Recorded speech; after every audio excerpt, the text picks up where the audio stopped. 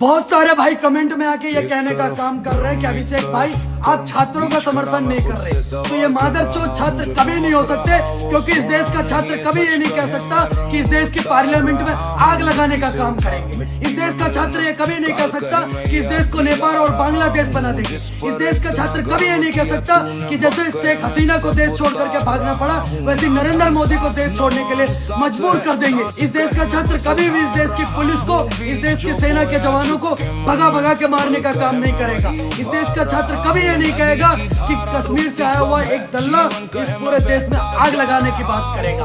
रही बात अभिषेक ठाकुर की, तो अभिषेक ठाकुर मिट्टी में पैदा नहीं हुआ जिसके अंदर लाइक, फॉलोअर, कमेंट के लिए अपने देश के साथ और अपने उसूलों के साथ समझौता करना पड़ता हो। अभिषेक ठाकुर डंके के चोट पर सच बोलता है। अगर किसी भाई को मेरी बात बुरी लग रही है तो मुझे अनफॉलो कर सकता है, लेकिन अपने देश के लिए, अपने देश के 140 करोड़ देशवासियों के लिए और इस तिरंगे के लिए अभिषेक ठाकुर इन दंगाई, इन मादरचोदों का जिंदगी में कभी समर्थन नहीं करेगा, जिनकी मंशा ये हो कि इस देश के अंदर आग लगा देंगे और भारत को नेपाल बना देंगे। सीताराम, जय श्री राम।